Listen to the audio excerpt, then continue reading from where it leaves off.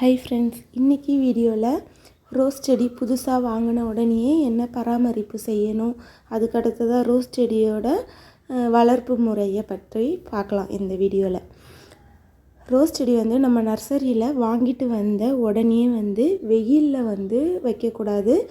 இந்த ரோஸ் செடியை நம்ம வாங்கிட்டு வந்த அந்த கவரோட அப்படியே நம்ம தோட்டத்தில் நிழலான பகுதியில் நல்ல வெளிச்சம் இருக்கக்கூடிய பகுதியில் நம்ம ஒரு 2-3 நாட்களுக்கு வைக்கிறது ரொம்ப நல்லது. 3 நாள் வைக்கலைன்னா கூட ஒரு 2 நாட்களுக்கு நம்ம அப்படியே வைக்கும் பொழுது புதிய சூழலுக்கு அந்த செடி பழகிக்கோங்க. பழகும் பொழுது தான் அதுக்கப்புறமா நம்ம அதை பிரித்து அந்த கவரில் இருந்து நம்ம எடுத்து வைக்கும் பொழுது அதுக்கு ஒரு அதிர்ச்சி இல்லாமல் செடி நல்ல ஆரோக்கியமாக இருக்கும். இந்த நிழலான பகுதியில் நல்லா வெளிச்சம் இருக்கக்கூடிய பகுதியில் நம்ம ஒரு 2 நாட்களுக்கு வைக்கும் பொழுது புதிய சூழலுக்கு தண்ணி அந்த அளவுக்கு தேவைப்படாது. ஈரப்பதம் பார்த்து போதுமான அளவு, மிதமான அளவு மட்டும் தண்ணி விடுங்க.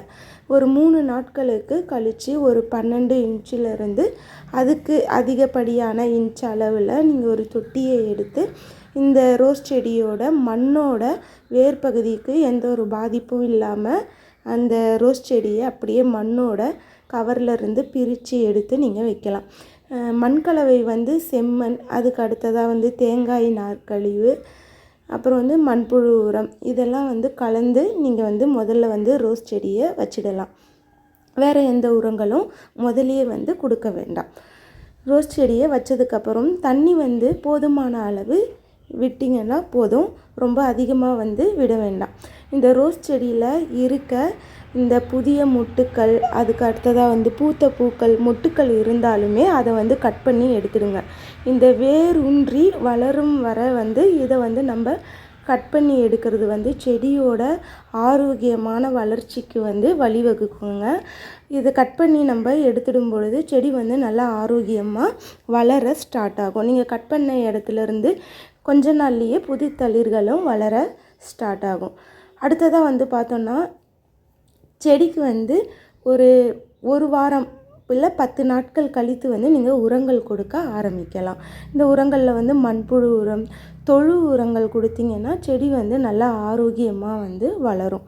வீட்டில் நம்ம செய்யக்கூடிய கம்போஸ்ட்டும் கொடுத்துட்டே வரலாம். அதுக்கப்புறமா மெல்ல மெல்ல நம்ம உரங்களை கொடுக்க ஸ்டார்ட் பண்ணலாங்க.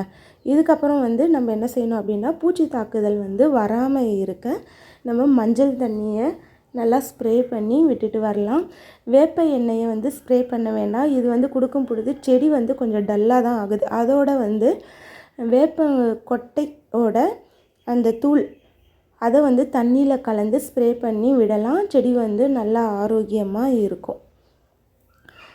அதுக்கு அடுத்ததாக நம்ம பார்க்கும் பொழுது செடிக்கு முக்கியமாக 6 மணி நேரமாவது சூரிய வெளிச்சம் தேவைப்படுது. அது கிடைக்கிற மாதிரி பாருங்கள். அப்போ தான் செடி நல்லா ஆரோக்கியமாக இருக்கும். காலையிலேருந்து வெயில் வர இடத்துல நீங்கள் வச்சிங்கன்னா ஒரு 6 மணி நேரம் வெயில் மட்டும் கிடைத்தாலும் போதும். முழு நேரம் வெயில் இருக்க இடத்துல ரோஸ் செடியை எப்போவுமே வச்சு வளர்க்காதீங்க. அது நமக்கு ரொம்ப கஷ்டத்தை தான் கொடுக்கும்.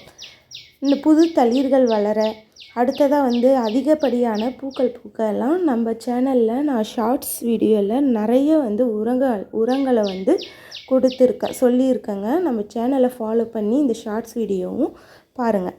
Thank you friends. அடுத்த வீடியோவில் பார்க்கலாம்.